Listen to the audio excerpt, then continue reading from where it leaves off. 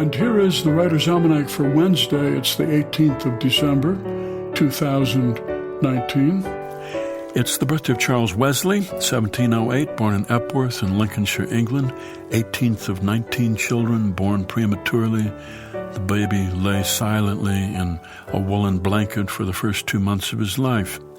He became an Anglican clergyman like his father and his brothers before him, and with his brother John, Charles Wesley co-founded the Methodist movement within Protestantism. The word Methodist was intended as an insult because the brothers held to a very strict regimen of early rising and Bible study, but the Wesleys didn't see anything wrong with being strict, so they adopted the term for themselves. They became itinerant preachers, traveling the country, speaking wherever there was an audience, in prisons and coal mines. Charles Wesley estimated he preached before almost 150,000 people over a 5-year period. And he wrote hymns. He wrote Love Divine, All Loves Excelling, and Oh, for 1,000 Tongues to Sing. And he wrote Hark, the Herald Angels Sing, all told more than 6,000 hymns. It's the birthday of the playwright and humorist Abe Burrows, born 1910, New York City, wrote for radio and TV, and along with Frank Lesser, he wrote Guys and Dolls in 1950, and in 1961, How to Succeed in Business Without Really Trying. And it's the anniversary of one of the great hoaxes of all time, the Piltdown Man, who was dug up on the state in 1912 near the village of Piltdown in southern England. A skull and some bones that looked like some ancient human remains. It was touted for many years as evidence of the missing evolutionary link between apes and humans. It was shown off before the public, exhibited at the National History Museum in London. It took 40 years for scientists to show that the bones were really orangutan bones, and the perpetrator of the hoax has never been determined with any certainty. It's the birthday of the artist Paul Klee, born in Münchenbuchsee, Switzerland, 1879.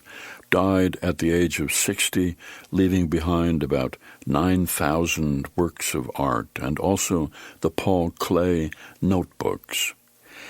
It's the birthday of one of the great baseball players of all time, Ty Cobb, born Narrows, Georgia, on this day in 1886. His father didn't want him to become a ball player, wanted him to be a doctor or a lawyer, but finally, when Ty Cobb was leaving home, his father told him, "Don't come home a failure."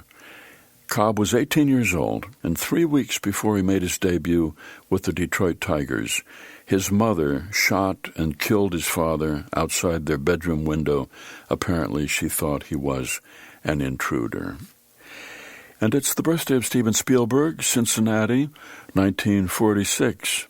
He was working on a merit badge for the Boy Scouts when he was 11. His assignment was to tell a story with pictures, so he used his dad's video camera.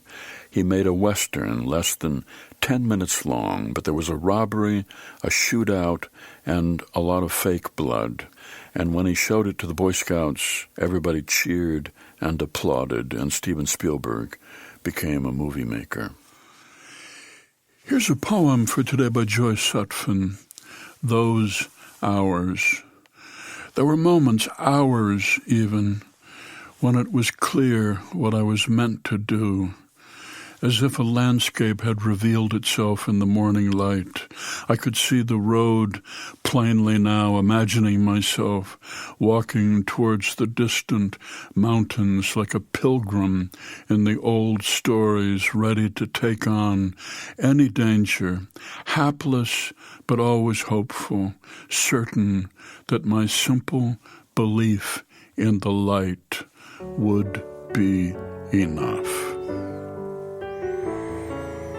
Those Hours, a poem by Joyce Sutphin from Carrying Water to the Field, new and selected poems published by the University of Nebraska Press and used by permission here on the Writer's Almanac.